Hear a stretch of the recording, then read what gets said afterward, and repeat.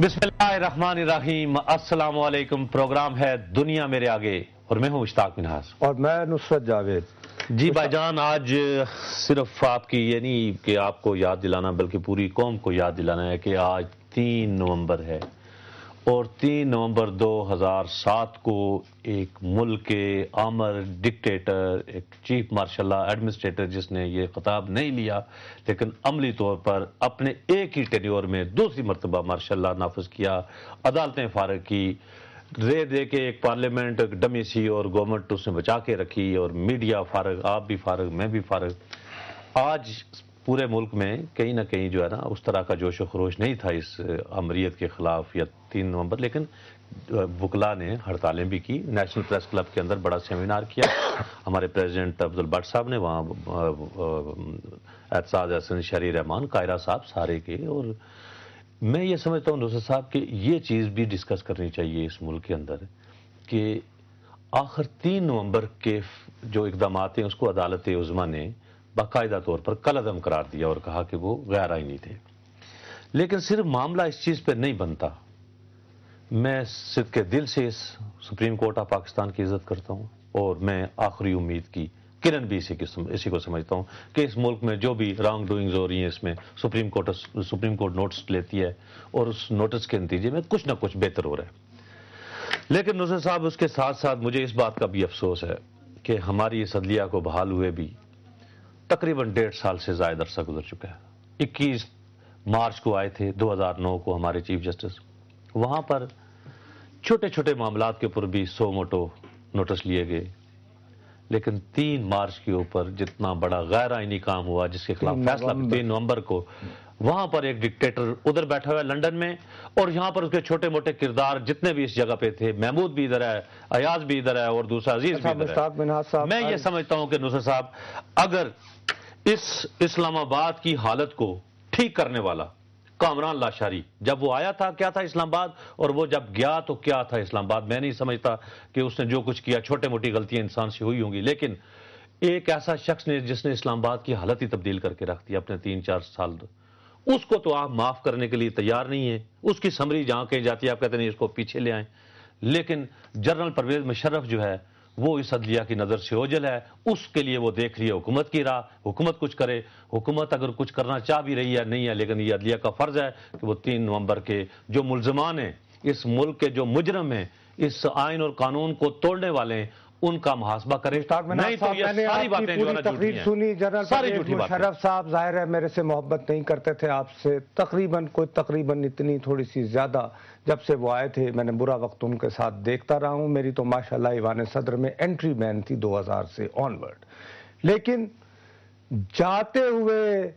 حکمران کے سامنے کلمہ حق بولنا جو ہے نا، یا گئے ہوئے کا وہ کوئی فائدہ نہیں۔ اور بدقسمتی یہ ہے کہ اس کے جانے کے بعد آپ کچھ کافی لوگ ہیں، مجھے بھی میرے منہ پر کہتے رہے ہیں کیا جمہوریت کرتے رہتے تھے آپ، ان سے تو مشرف ہی اچھا تھا۔ بہرحال آپ جو سو موٹوز کی باتیں کر رہے ہیں، ہیئر اینڈ ناؤ کی بات کرو، میں ہیئر اینڈ ناؤ میں مور انٹرسٹڈ ہوں۔ آج تم سو موٹو کی بات کر رہے ہو، میرے دوست، میرے بہت پیارے دوست شاہین نے ٹاپ سٹوری چیختی چگاڑتی ہوئی لکھ کے اس نے بھی امداد فریاد کی ہے، چیف جسٹس صاحب دیکھیں بلوچستان کا سونا اور تانبا سستے داموں لٹ رہا ہے، بکنے والا جو ہے نا جنرل مشرف کو اس حکومت کو بھیجے گا، یہ الیکٹڈ ہے، وہ جس نے سب کچھ کیا ہے، چیف جسٹس نا مشرف کو یار ٹھیک ہے، کیوں چھوڑیں یار؟ جو ڈاکٹر سمر مبارک بند صاحب میرے ساتھ ہیں، میں آپ سے زیادہ ان کو سننا چاہتا ہوں۔ ٹھیک ہے، السلام علیکم جی ڈاکٹر صاحب۔ وعلیکم السلام جی ڈاکٹر صاحب، بہت بہت شکریہ ہمیں جوائن کرنے کا۔ ڈاکٹر صاحب آپ پر میں بھی ٹرسٹ کر سکتا ہوں، میری قوم سر ٹرسٹ کرتی ہے، آپ نے پاکستان کے دفاعی نظام کو مضبوط بنانے میں جو کردار کیا ہے وہ ہر ایک کو پتا ہے۔ ڈاکٹر صاحب شکریہ۔ نہیں sir, it's my honour and privilege کہ میں آپ سے بات کر رہا ہوں۔ ڈاکٹر صاحب یہ بتائیے کہ یہ بلوچستان میں جو تانبے اور سونے کے ذخائر کی بات ہو رہی ہے، آپ چونکہ پلاننگ ڈویژن میں مائننگ کے انچارج ہیں، آپ یہ بتائیے کہ یہ کیا ذخائر ہیں، ان کی کیا حیثیت ہے، کیا ورتھ ہے سر؟ جی اس طرح سے ہے کہ ایک کاپر بیگ ہے جو